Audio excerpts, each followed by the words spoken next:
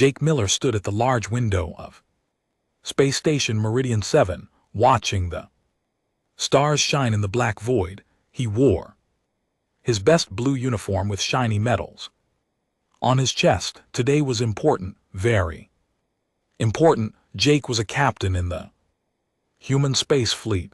He had fought in many battles and visited many worlds, but today he was not here to fight. He was here to make peace. The space station floated between Earth and alien space. It was neutral ground where different species could meet safely. The station was huge with white walls and bright lights everywhere. Ships from many worlds docked here to trade and talk. "Captain Miller, they are coming," said his assistant, Lieutenant Amy Brooks. She pointed out the window at a ship approaching the station. The alien ship looked like a giant crystal floating through space. It sparkled with blue and purple lights. This was a Zephyrin ship. The Zephyrians were the alien race that humans had been fighting for 3 years. Jake watched the crystal ship dock with the station. Soon, alien diplomats would walk through those doors. He had seen pictures of Zephyrins before, but never met one in person. They were tall creatures made of living crystal. Their bodies shined like gems, and they could change colors when they felt different emotions. "Are you nervous, sir?" Amy asked. She was young, and this was her first diplomatic mission. "A little," Jake said honestly. 3 years of war don't end easily, but we have to try. The war had started over a simple mistake. Human explorers had landed on what they thought was an empty planet, but it was a Zephyrian holy site. The aliens attacked the humans to protect their sacred ground. Then humans attacked back. Soon both sides were fighting. Across the galaxy, thousands had died on both sides. Whole planets had been destroyed. Jake had lost many friends the fighting, but he was tired of war. Everyone was tired of war. A door slid open with a soft hiss. Commander Steve Walsh walked in. He was Jake's second in command, a big man with gray hair and serious eyes. "The Zephyrin delegation has arrived," Steve said. "They're in Conference Room 7. Jake nodded. "How many?" 12 aliens total. Their princess is leading the talks. A princess? Jake was surprised. "I thought they would send generals or politicians." "Princess Lyra." Steve read from his tablet. "She's young, but very smart. Our intelligence says she wants peace more than anyone in their government." Jake straightened his uniform. "Then let's not keep her waiting." The 3 humans walked through the station's corridors. Other species watched them pass. Some nodded respectfully, others whispered behind their hands. Everyone knew about these peace talks. If they failed, the war would continue. If they succeeded, it might save millions of lives. Conference Room 7 was large and round.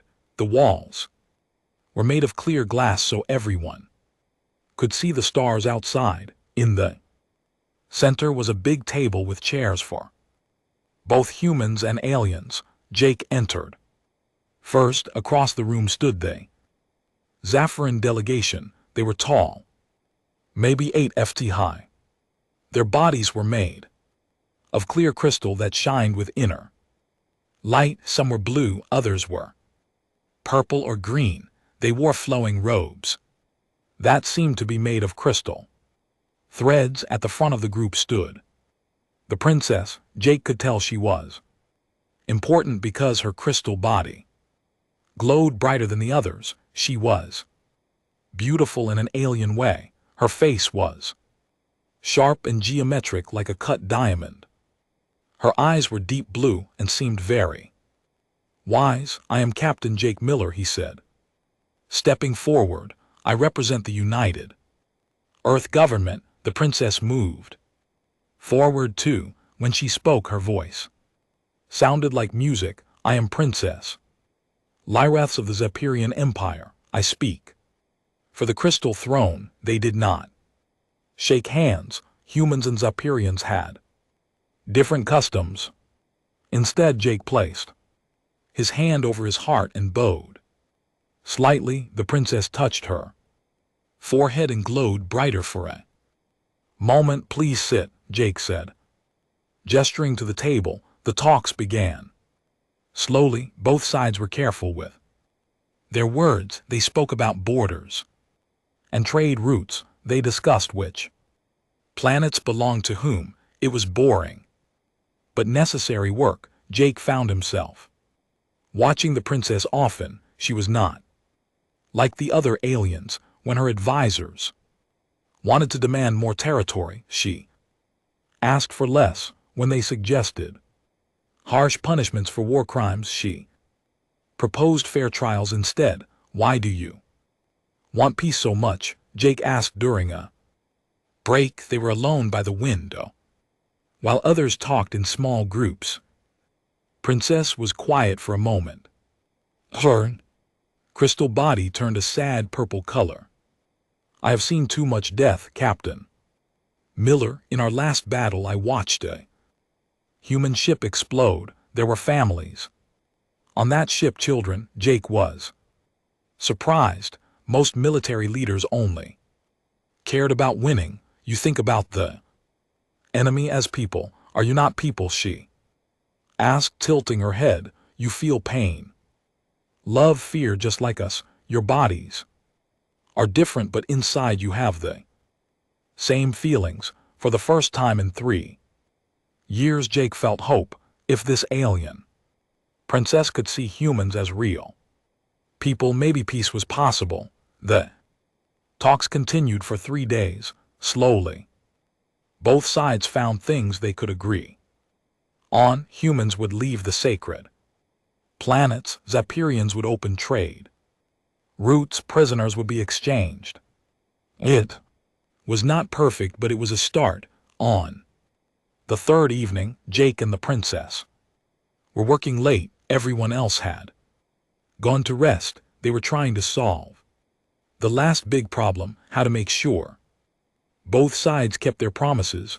My people do not trust easily, the princess said. They think humans break their word. Some humans think the same about your people, Jake replied. Trust takes time to build. The princess glowed softly in the dim room. You are different from what I expected, Captain Miller. You seem honest. War makes everyone suspicious, Jake said, but maybe we can change that. They worked until late, finding solutions to problems that had seemed impossible. Jake began to respect the princess. She was smart and fair. She really wanted what was best for both species.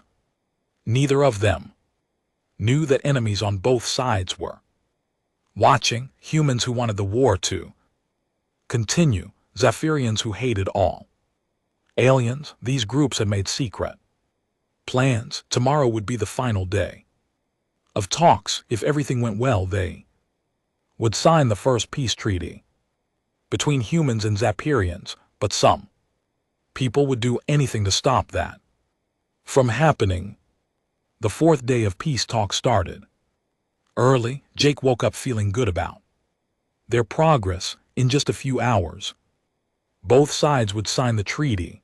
The war might finally be over. He put on his dress uniform, the special one with gold buttons for important ceremonies. Today felt like the most important day of his life. In the conference room, both delegations gathered around the big table. The treaty documents were laid out in neat piles. Human versions were written in English. Zephyrian versions glowed with crystal writing that changed colors as you read it. Princess Lyrath wore special ceremonial robes that sparkled like starlight. She looked happy but nervous. Her crystal body glowed with soft golden light. Today we make history, she said to Jake as they prepared for the ceremony. Good. History, I hope, Jake replied with a smile. Camera crews from both species recorded everything. This moment would be shown on every human world and every Zephyrian planet. Children would learn about this day in school. Ambassador Carol Stone stepped forward to read the treaty terms aloud. She was an older woman with gray hair who had worked for peace her whole life. The human Zephyrian peace accord began. After 3 years of conflict, both species agreed to end all hostilities. Jake listened to the words, but kept watching the room. His military training made him notice small details. The way people stood where the exits were, who looked nervous. Something felt wrong. Lieutenant Amy Brooks was monitoring the station security systems. On her tablet, she frowned and looked up at Jake. Her face was worried. Jake moved closer to her. What is it? He whispered. Strange energy readings, sir, Amy said quietly. Multiple sources around the room. Jake's blood went cold. Energy readings could mean weapons, hidden weapons. He looked around the room more carefully. Most people were watching the ceremony, but a few human technicians near the wall seemed tense, and some of the Zephyrian guards were standing in odd positions. How many readings? Jake asked. 7. No, wait, 12. They're getting stronger. Jake's mind raced. 12 energy sources meant multiple bombs. This was a coordinated attack, but who was behind it? He looked at the human technicians. Again, they wore Terra First pins on their uniforms. Terra First was a group that hated all aliens. They wanted humans to rule the galaxy alone. Then he noticed something else. 3 Zephyrian guards had crystal patterns on their armor that Jake had never seen before. In their briefings, he had learned that some Zephyrians belonged to a group called the Pure Crystal Order. They hated all non-crystal life forms. The two enemy groups had worked together. Human supremacists and alien supremacists united in their hatred of peace.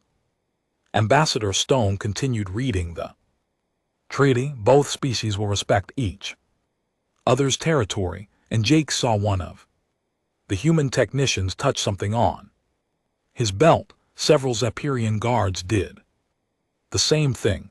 Amy, get everyone out of here now, Jake said urgently. What's wrong? Princess Lyra had noticed Jake's worried expression. There are bombs, Jake said quickly. We need to evacuate. The princess's eyes went wide. Her crystal body flashed bright red, Zephyrian color for danger, but it was too late. Explosions erupted around the room. Bright flashes of light and heat filled the air. The first bombs were small, meant to create chaos and panic. People screamed and ran in all directions. Smoke filled the room. Emergency alarms started blaring throughout the station. Through the chaos, Jake saw the biggest bomb. It was hidden under the table right next to where Princess Lyra was standing. The device was larger than the others and glowing with deadly energy. Princess saw it too. Her face showed terror as she realized she could not run fast enough to escape. Jake did not think, he just acted. He threw himself forward, pushing the princess away from the bomb. His body crashed into hers. Just as the device exploded, the blast was enormous. It was not just a human bomb or a Zerian bomb. It was both technologies combined, making it twice as deadly. Energy waves of fire and crystal lightning erupted from the device. Jake felt the explosion hit him like a giant fist. Heat and electricity tore through his body, pain shot through every nerve. He felt his skin burning and his bones shaking, but Princess Lithis was safe. His body had shielded her from the worst of the blast. Princess caught Jake as he fell. His uniform was burned and torn. Blood came from cuts on his face and hands, but he was still breathing. Captain Miller, she cried. Her voice was full of panic and sadness. Get everyone out, Jake whispered through the pain. More explosions went off around the room. The terrorists had planted bombs everywhere.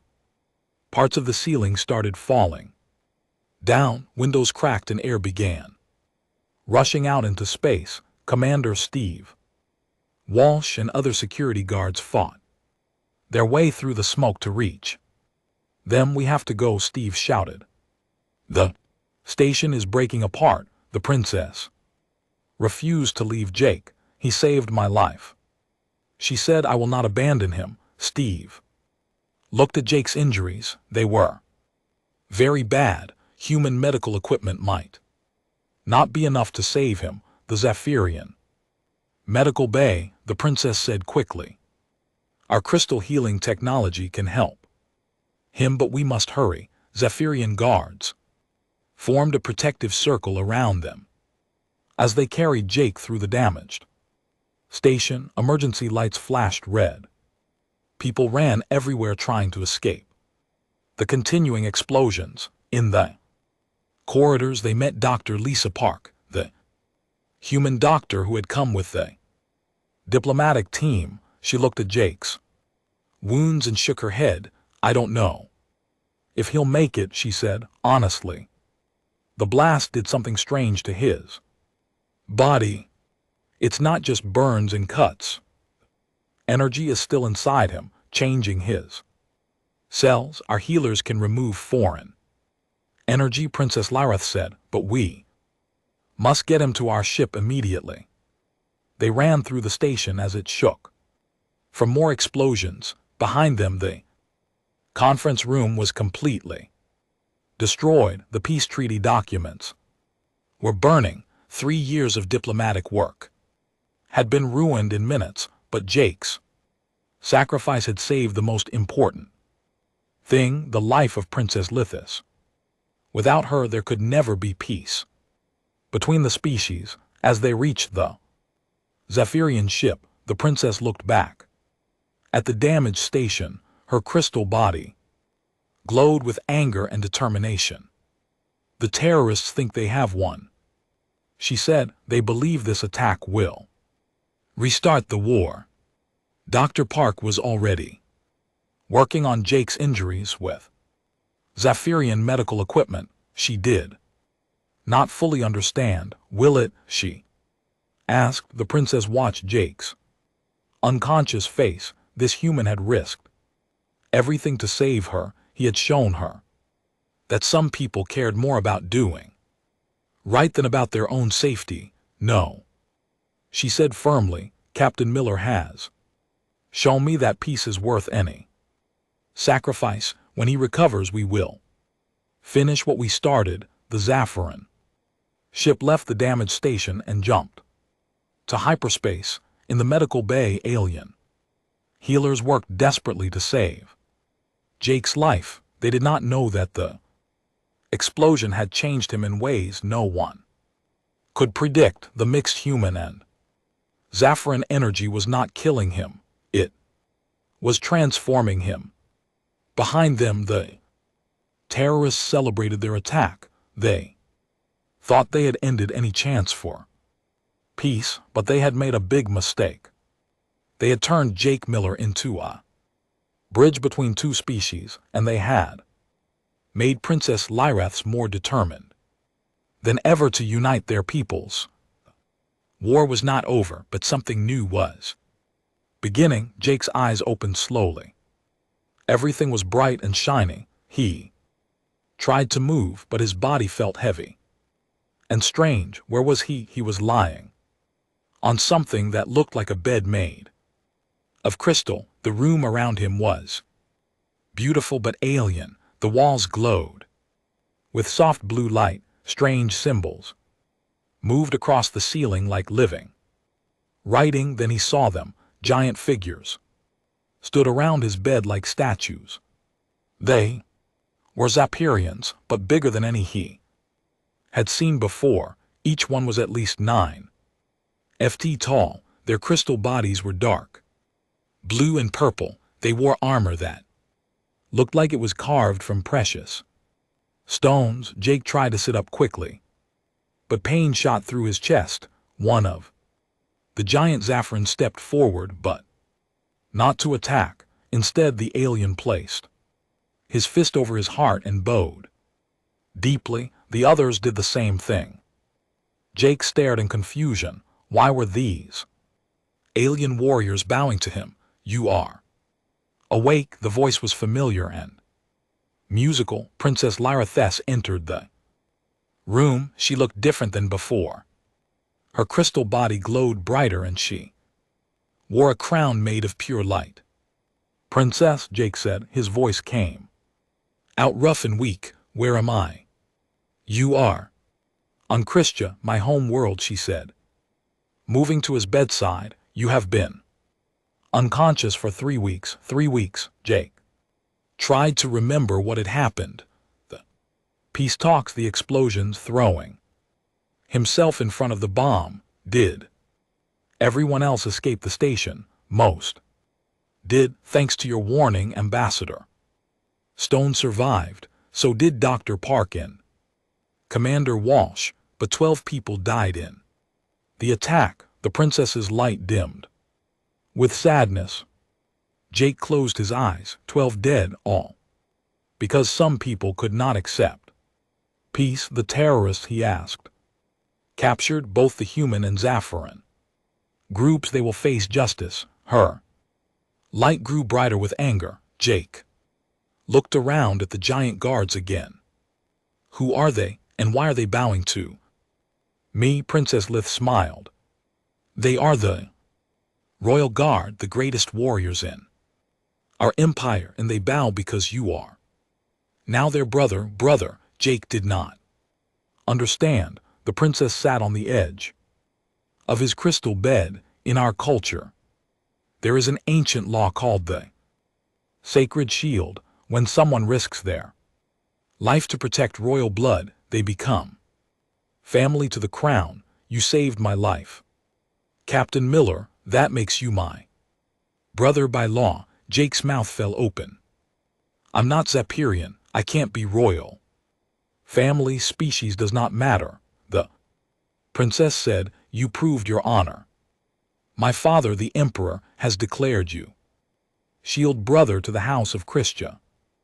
You are now a prince of our people. One of the guards stepped forward and spoke in the Zaphirian language. His voice sounded like distant thunder.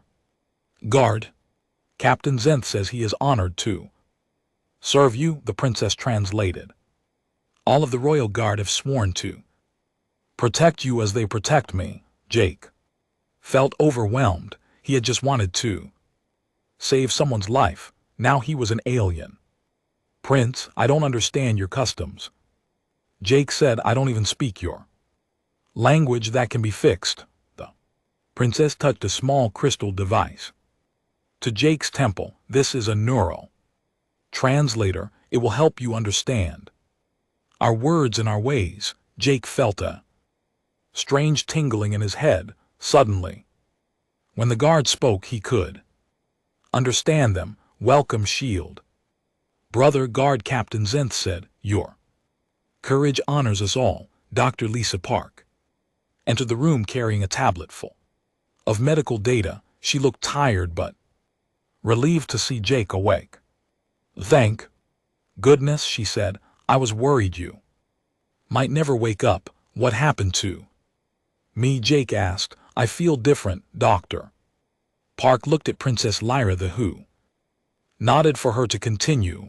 The explosion was not normal, Dr. Park explained. It mixed human plasma energy with Zapirian crystal power. That energy is now part of your body. What does that mean? We're still learning, the princess said, but the energy has changed your cells. You heal faster now, you're stronger. And she paused. And what, you can sense emotions like we can. The crystal energy has given you limited telepathic abilities. Jake stared at her. You're joking, try it, the princess said. What am I feeling right now? Jake looked at her glowing crystal face. Somehow, without knowing how he could sense her emotions, she felt happy that he was alive, but also worried about something else. You're glad I'm okay, Jake said slowly, but you're scared about something about my being here. The princess's eyes widened. Amazing. It usually takes our children years to develop that ability. Dr. Park made notes on her tablet. The energy has also enhanced your physical abilities. Your bones are denser, muscles are stronger. You're not completely human anymore, Jake. Before Jake could respond, another Zephyrian entered the room. This one was even more impressive than the guards. His crystal body was pure gold and covered with intricate patterns. He wore robes that seemed to be made of liquid starlight. Everyone in the room bowed deeply, including the princess. Father, Princess Lyreth said. The Emperor of Christia studied Jake with ancient wise eyes. When he spoke, his voice filled the entire room. So this is the human who saved my daughter's life. Jake tried to get out of bed to bow, but the Emperor raised a hand to stop him. Rest, young prince, you have earned the right, your majesty, Jake said carefully. I'm honored by your offer, but I'm not sure I can be a Zephyrian prince. I have duties to my own people. The Emperor's golden light grew brighter. Your people think you are dead, Captain Miller. The terrorist attack was blamed on both sides. The peace talks have failed. War continues. Jake felt his heart sink. All of their work had been for nothing. However, the Emperor continued. Your sacrifice has changed something important. It has changed my mind about humans. The Emperor moved closer to Jake's bed. For years I believed humans were violent and selfish, but you proved that some humans will risk everything for others, even for aliens. They barely know. Many humans want peace, your majesty, Jake said. Perhaps. But the extremists on both sides are strong. They use fear to control others. The Emperor looks sad. Even now they spread lies about what happened at the station. They say Zephyrians attacked. First, they say humans cannot be trusted. Princess Lyreth stepped forward. Father, we cannot give up. Captain Miller's sacrifice must mean something. It does mean something, daughter. It means we have found one human we can trust completely. The Emperor looked at Jake. The question is, will you help us find others? Jake thought about this. His old life was gone. Everyone thought he was dead, but maybe that gave him a chance to do something even more important than being a diplomat. What do you want me to do? Jake asked. Learn our ways, the Emperor said. Become truly one of us, then help us build a real peace. Not just words on paper. That could take years, Jake said. Do you have somewhere else to be? The princess asked with a small smile. Jake looked around the room at the loyal guards who now called him brother, at Dr. Park, who had stayed to help him heal, at the princess who had risked political trouble to save his life, at the Emperor who was offering him a chance to change history. No, Jake said finally, I guess I don't. Emperor smiled, and his golden light filled the room with warmth. Then, welcome to the family, my son. As the days passed, Jake learned that being a Zephyrian prince was not easy. There were hundreds of customs to learn, ancient ceremonies to perform, languages to study, but every day he also learned something new about the Zapirian people. They were not the cold, heartless aliens that human propaganda described. They were a proud people who valued honor. Above all else, they loved their families and mourned their dead just like humans, and slowly Jake began to form a plan. If he could understand both species completely, maybe he could find a way to bring them together. He just had to survive being an alien prince. First, 2 months had passed since Jake woke up. On Christia, he was learning to live as a Zahirian prince, but it was not easy. Every day brought new lessons about alien customs and traditions. Jake stood in the palace training room, practicing sword fighting with guard Captain Zenth. The Zaffiran fighting style was different from human combat. It was more like dancing with flowing movements that looked beautiful but deadly. Better, Zenth said as Jake blocked his attack. But you still think like a human. Warrior, you use force when you should use grace. Jake wiped sweat from his forehead. The crystal energy in his body made him stronger and faster, but learning alien fighting techniques was still hard work. Human fighting is about winning quickly, Jake said. Zapirian fighting is about art, honor. Synth corrected. We fight with beauty because ugly fighting comes from ugly thoughts. Pure hearts create pure movements. Princess Lyreths entered the training room. Over the past months, Jake had learned to read her emotions through the crystal energy they now shared. Today, she felt worried and angry. What's wrong? Jake asked, lowering his practice sword. Ships, she said. Human ships. A whole fleet has arrived at the edge of our system. Jake's blood went cold. How many ships? 50 warships, including the battleship Washington. The princess looked at Jake with sad eyes. They are demanding your return. Jake knew the Washington. It was Admiral Ben Carter's flagship. Ben had been Jake's commanding officer before he became a diplomat. He was a good man but a tough soldier. They think you're being held prisoner, the princess continued. The admiral sent a message saying they will attack if we don't release you in 3 days. Jake felt torn between two worlds. He wanted to see his old friends, but he had important work to do. Here, the bonding ceremonies were not complete yet. If he left now, his status as Shield brother would be lost forever. Can I talk to them? Jake asked. Father says no. He believes it would show weakness to negotiate with threats. The princess sighed, but he also does not want war. That evening, Jake stood on a balcony looking up at the stars. Somewhere up there, 50 human ships waited for his answer. On each ship were soldiers who had served with him, friends who thought they were coming to rescue him. Dr. Lisa Park joined him on the balcony. She had been staying in the palace working with Zapirian healers to study Jake's changes. Thinking about home, she asked. I am home, Jake said, surprising himself. That's the problem.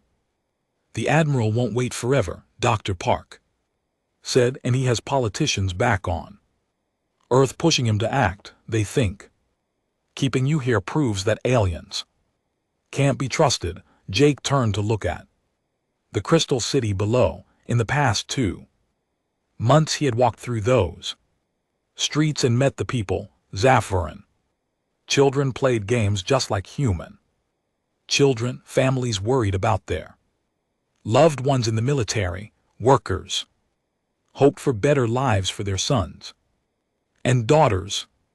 Lisa, what would you do?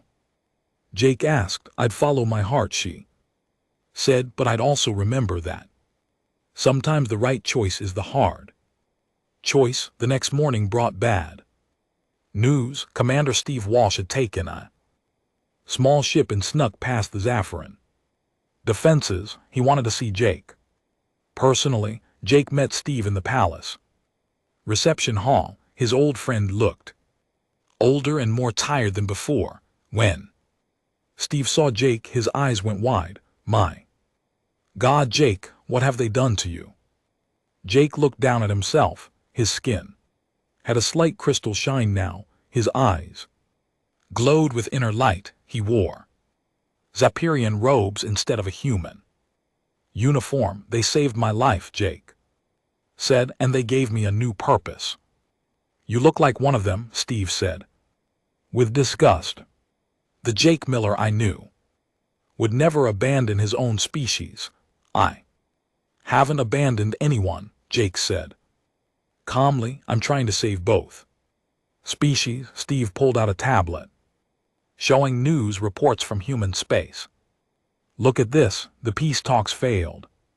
Fighting has started again. 3 colonies have been attacked. Thousands are dead. Jake felt sick as he read the reports. While he had been learning to be a prince, people were dying. It's worse than before, Steve continued. Both sides think the other planned the terrorist attack. Trust is completely gone. Then we need to rebuild it, Jake said. We are human, Jake. Your duty is to your own people. Steve's voice was angry. Admiral Carter sent me to bring you home. Are you coming or not? Before Jake could answer, alarms started ringing throughout the palace. Guards ran through the halls carrying weapons. Princess Lyreth burst into the room with terrible news. Another attack, she said. Terrorists bombed a Zirian transport ship. 50 families were killed, including children. Jake felt the princess's emotions through their bond. Rage, sadness, and fear mixed together like a storm. Was it humans? Steve asked. We don't know yet, the princess said, but my people will demand revenge. The emperor is calling for a military response. Jake realized that the terrorists were still working. They had failed to stop the peace talks, but they were succeeding in restarting the war.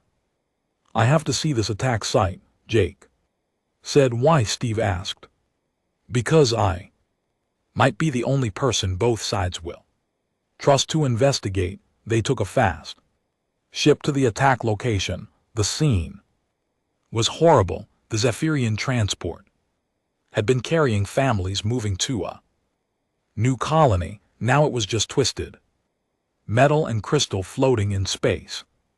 Jake used his enhanced senses to examine the wreckage. The bomb fragments felt familiar, too familiar. This is the same technology as the station attack, he said. Human plasma charges mixed with Zaffiran crystal destabilizers. That's impossible, Steve said. All the terrorists were captured, were they? Jake asked, or did we only catch the foot soldiers? Princess Lyreth was examining crystal fragments that used to be part of the ship's hull. These are not random crystal pieces, she said. They have specific patterns, sacred patterns that only the pure crystal order knows how to make. Jake felt pieces of the puzzle falling together. The terrorist groups are still working together, and they have people in high positions in both governments. An emergency message came through on their ship's communication system. Admiral Carter's face appeared on the screen. Commander Walsh, status report. Admiral, Captain Miller is safe, Steve said, but we have a bigger problem. The only problem I see is getting our man back. Carter said firmly. The politicians are breathing down my neck. If Miller isn't returned in 12 hours, I have orders to begin military action. Admiral, please listen, Jake said, stepping into view of The camera, the terrorist attacks are still happening. There are traitors on both sides working together. Carter stared at Jake's changed appearance. Son, what have they done to you? They made me better, Jake said. Ben, I know this is hard to understand, but I can help end this war. I just need more time. Time's up, Jake. You're coming home. That's final. The transmission ended. Jake had 12 hours to choose between his old life and his new mission, but as they flew back to Christia, Jake realized he didn't have to choose between helping humans and helping Zapirians. He could help both. The terrorists thought they were smart, playing both species against each other. But they had made one mistake. They had created Jake Miller, a human who could think like a Zephyrian, and a Zapirian who remembered how to be human. Princess, Jake said, I need to ask you a very big favor. Anything, she said. Help me fake my own death again. The princess looked confused, but Jake was already forming a plan. If both sides thought he was dead, he could work in secret. He could find the real terrorists and expose their network. It was dangerous and would mean giving up any chance of returning to his old life, but some things were worth any sacrifice, including peace. Jake's plan was simple but dangerous. He would fake his death and go underground to hunt the terrorists, but first he needed to find proof of the conspiracy. Princess Lithis led him to the ancient archives deep beneath the palace. The crystal caves were older than the city above. Strange patterns covered the walls, glowing with their own light. These are the memory crystals, the princess explained. They store our people's history going back thousands of years. Jake touched one of the crystal formations and felt images flow into his mind. Ancient Zethurians building cities, wars fought long ago, and something else that made him stop breathing. Princess, look at this. The crystal showed him a scene from hundreds of years in the past, but the aliens in the vision were not just Girians. There were other beings too, beings that looked like humans. That's impossible, the princess said. Humans and Zephyrians only met 3 years ago, but the crystal memories didn't lie. They showed humans and Zephyrians working together, building cities and exploring space as partners. What happened to them? Jake asked. They searched through more crystals and found the answer. A group of extremists from both species had destroyed all records of their cooperation. They convinced each side that the other was dangerous. They started the first war between humans and Zephyrians centuries ago. The same thing is happening now. Jake realized someone wants us to stay enemies forever. Princess Lyra was studying the crystal patterns more closely. Jake, these memory crystals, they were damaged. Someone tried to erase them recently. Within the last few months, someone who knew about the peace talks was here, trying to hide this history. They heard footsteps in the tunnels above. Someone was coming. Hide, the princess whispered. 3 figures entered the crystal chamber. Jake recognized one of them immediately. General Marcus Cole, one of the human negotiators from the peace talks. The other 2 were Zapirian nobles that Jake had met at court. Are you sure the memory crystals are destroyed? General Cole asked. Most of them, said Lord Cathar, one of the Zapirian nobles, but the human prince may have seen too much before his death. Jake's heart raced. They were talking about him, and they thought he was dead. Miller's death was unfortunate, but necessary. General Cole said he was getting too close to the truth. The Transport bombing was perfect, said the other Zephyrian Lady Vexa. Both sides blame each other now. War is certain and we profit from both sides. General Cole smiled. Humans buy weapons. From my companies, Zephyrians buy them. From yours, war makes us all rich, Jake. Felt sick. The conspiracy was about money and power. These people were willing to let millions die just to get wealthy. What about Admiral Carter's fleet? Lord Keith asked. Let them attack, General Cole said. When they destroy the palace, we'll claim the Zephyrians killed Miller. Earth will demand total war. The three conspirators left the cave laughing about their success. Jake and the princess waited until they were gone before speaking. We have to stop them, the princess said. But how? They think I'm dead, and in a few hours Admiral Carter will attack the palace. The princess was quiet for a moment, then her crystal body began glowing brighter. There is a way, she said, but it will require the greatest sacrifice of all. What do you mean? The bonding of souls. It's an ancient ceremony that joins two people completely. They share thoughts, memories, emotions, everything. Jake stared at her. That sounds permanent. It is. Once bonded, we would be connected forever, and the ceremony would give you full access to Zephyrian royal powers.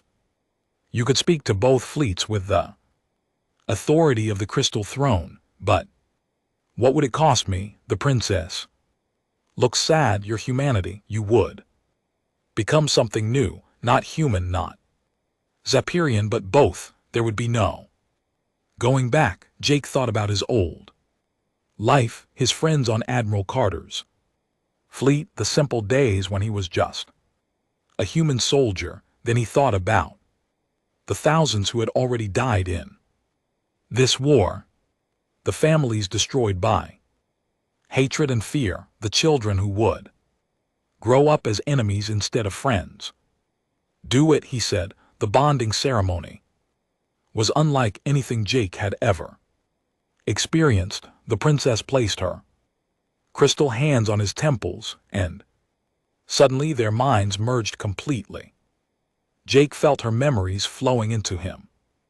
Her childhood in the crystal palaces, her dreams of peace between the species, her fear that the war would destroy everything she loved. At the same time, she experienced his memories, his battles in space, his grief for fallen friends, his hope that someday all beings could live together. When the ceremony ended, Jake was changed forever. His body was now half crystal, glowing with inner light. His mind could touch both human and Zephyrian thoughts. He was no longer Captain Jake Miller of Earth. He was something entirely new. Alarms rang throughout the palace. Admiral Carter's fleet had entered the system and was demanding surrender. Jake walked out onto the palace's main balcony. Below him, Zephyrian warships were preparing for battle. Above him, human ships waited in space. He opened communication channels to both fleets. This is Jake Miller, he said. His voice now carried the musical quality of Zahirian speech, but still sounded human. Admiral Carter, I know you're listening. On the screens around the palace, Jake could see the bridge of the Washington. Admiral Carter looked shocked to see his former officer alive. Jake, my godson, what have they done to you? They saved me, Ben, and I'm about to save both of our species. Jake began transmitting the evidence from the crystal archives, ancient records showing humans and Zephyrians as allies, recent recordings of the conspirators planning more attacks. General Cole is on your flagship right now, Jake told Carter. Arrest him and you'll find proof that he's been selling weapons to both sides. On another screen, Jake could see The Emperor addressing the Zapirian fleet, arrest Lord Cathar and Lady Vexthara. The Emperor commanded, they have betrayed the Crystal Throne. The conspiracy began falling apart as evidence poured in, communications between human and Zapirian extremists, bank records showing illegal weapon sales, plans for more terrorist attacks. But some of the conspirators weren't giving up easily. General Cole tried to take control of Admiral Carter's ship. That thing isn't human anymore, he shouted. It's an alien. Trick fighting broke out on the Washington as loyal officers tried to arrest the general. At the same time, Lord Cathar's supporters launched an attack on the palace. They wanted to kill Jake before he could expose more secrets. Jake found himself in the middle of a three-way battle. Human and Zahirian conspirators fought against their own people while both fleets faced each other in space. I have to get to the command center, Jake told Princess Lise. I can coordinate both fleets from there. It's too dangerous, she said. Corridors are full of Cathvars soldiers. Then we fight our way through. Jake's new abilities made him faster and stronger than ever before. His hybrid nature allowed him to use both human tactics and Zapirian techniques. He moved through the palace like a force of nature. Princess Lyreth at his side. In the command center, Jake connected to both fleet communication systems. His enhanced mind could process information from hundreds of ships at once. All ships. This is Jake Miller. I'm transmitting battle coordinates for the terrorist vessels. Work together and we can end this. For the first time in 3 years, human and Zapirian ships fought side by side. Jake's tactical genius, enhanced by alien technology, allowed him to coordinate both fleets perfectly. The battle was brief but decisive. The conspirators were outnumbered and outmaneuvered. Their ships were destroyed or captured within an hour. When the fighting ended, Jake stood before representatives of both species. He was no longer fully human, but he was more than human too. The war is over, he announced, but the real work is just beginning. Admiral Carter transported down to the palace. When he saw Jake's transformed appearance, he was quiet for a long moment. You gave up everything, Carter finally said. I gained everything, Jake replied. I became a bridge between worlds. Dr. Lisa Park chose to stay on Christia to establish the first joint research center. Commander Steve Walsh, after seeing the evidence of the conspiracy, volunteered to be the first human ambassador to the Zethurian Empire. The Emperor created a new position just for Jake Bridgewalker, with authority to speak for both species. In times of crisis, Princess Lyreth's, now his permanent partner through the soul bond, began preparations to rule an empire that would include both humans and Zapirians as equals. On the day of the official peace signing, Jake stood between the two delegations. His sacrifice had done more than save one life or stop one war. He had proven that different species could become one people. The documents were signed not on a neutral station, but in the palace on Christia. Human children and Zapirian younglings played together in the gardens outside. Admiral Carter approached Jake after the ceremony. Any regrets, Carter asked. Jake looked at the mixed crowd of humans and aliens celebrating together. He felt Princess Lyreth's happiness through their bond. He sensed the hope and joy from both species as they began planning a shared future. None at all, Jake said. This is what I was meant to become. The Galaxy was changing, where once there had been two species at war, now there was one people working together, and at the center of it all was a man who had chosen to risk